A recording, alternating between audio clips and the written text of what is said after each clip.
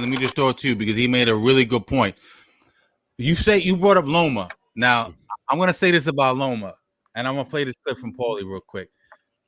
I didn't hear all that Loma talk when Loma, and I'm not saying Tank couldn't beat him, but I didn't hear all that Loma talk 5 years ago when that fight was hot, when Loma was Loma. Loma's on the backside of his career. Yes, he's a really good fighter.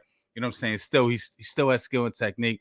But now that seems like he almost aged him out and he's ready to go. Now, I do want to say this. I don't necessarily think it was Tank per se who was behind aging Loma out. I think Floyd and Al had a lot to do with that. I think Tank was ready for the smoke with anybody. But this is a business, as we know. You know what I'm saying? Let me play this clip real quick, and I want you to respond to this because you're gonna like this. Listen. Shakur Stevenson tests him. Listen. I think Gervonta Davis looked phenomenal. I think Gervonta Davis is tonight. Well, he made a statement with not just the fact that he got the knockout, but the way he was able to get it. Teddy expressed it so eloquently and then described it so eloquently. But there's a reason why.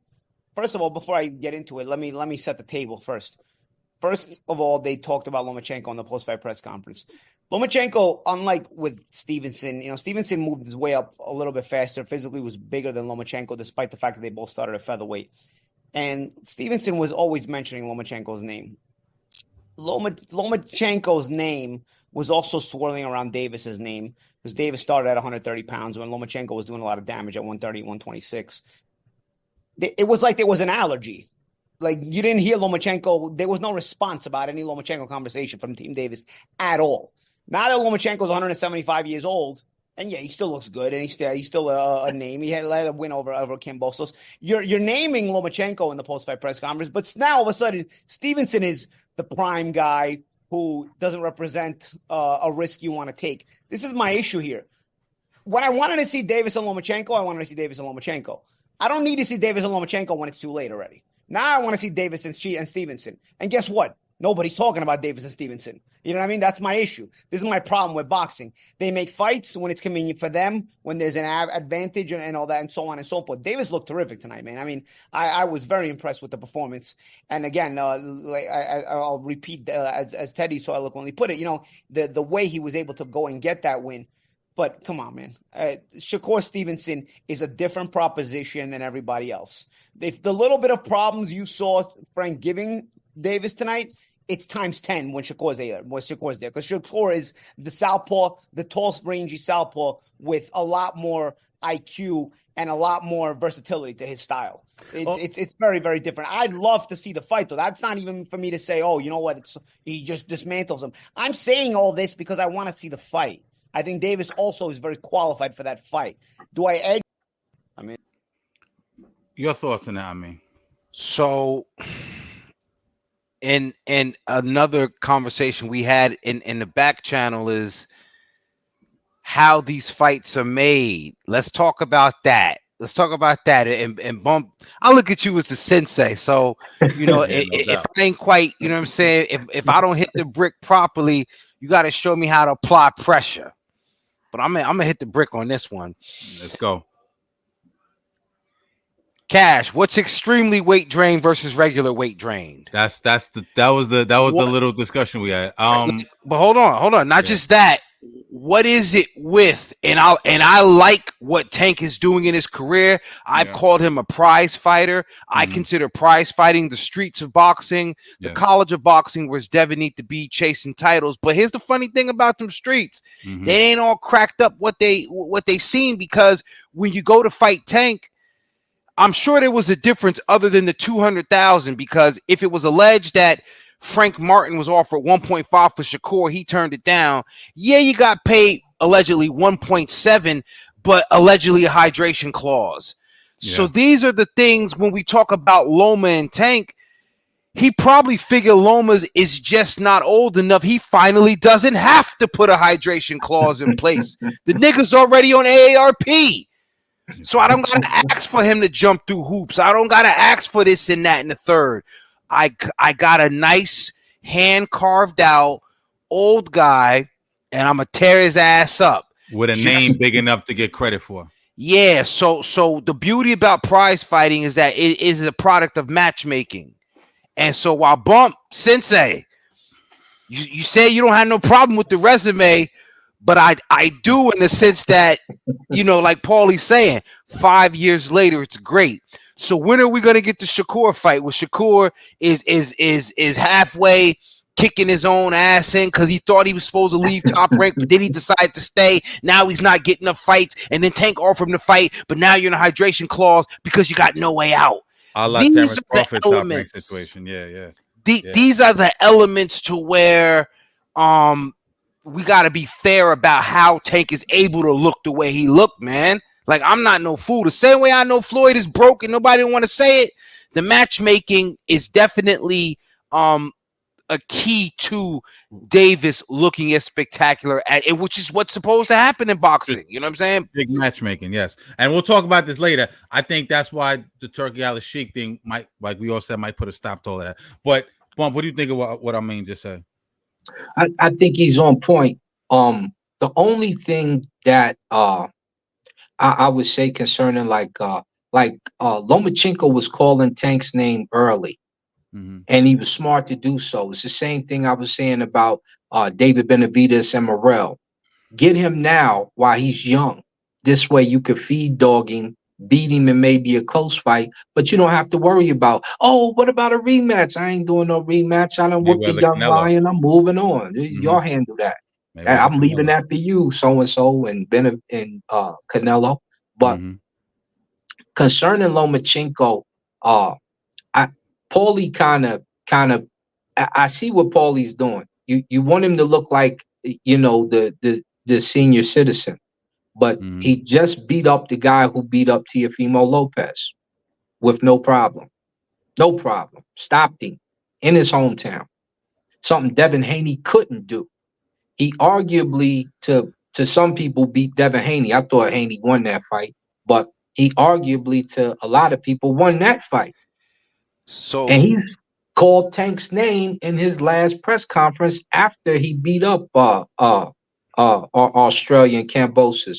So he's like, I want Tank. Let's go, Tank. If you open your mouth and you get what you asked for, we cannot be mad. Of course, Floyd kept him away from him early. Smartest thing in boxing, because Lomachenko was he was the Matrix. You couldn't figure him out. Striking from every angle. But this the thing, Bump, and them angles don't quite catch the same. You know what I'm saying? When you're at this age. So what I'm noticing about these last few stoppages from Tank, right? Yeah. He's always able to put. Now we know Loma can dance. The boy got footwork, right? Yeah. But notice, even when you mentioned Leo, he's able to back his opponent up and cut the ring off something nasty. Yeah. So I'm like, okay, Loma likes to move, but for how long? Because Frank Martin just tried. Frank Martin was moving beautifully. While Loma. Yes. He's not Loma though. I know he's not. But what I'm saying is, if you're trying to move, footwork is official. If you're trying to move, and Frank was, and I noticed every time he was slipping to the right, he'd be like kind of ready for it. Yeah. And after a while, Tank was able to time that move, and that's how he caught him moving around. And he caught him with that uppercut, and then he finished him with that straight left. So what I'm saying is, Tank has a beautiful way of even some of the best. And I think because this is an older Lomo, we can't get him as slick as a snake. Maybe this is one where you're catching the tiger by his toe, and he will not, Tank that is, will not let that motherfucker go. This is Bob Arum cashing Loma out if that fight happens, because Loma and might be ready to cash out too.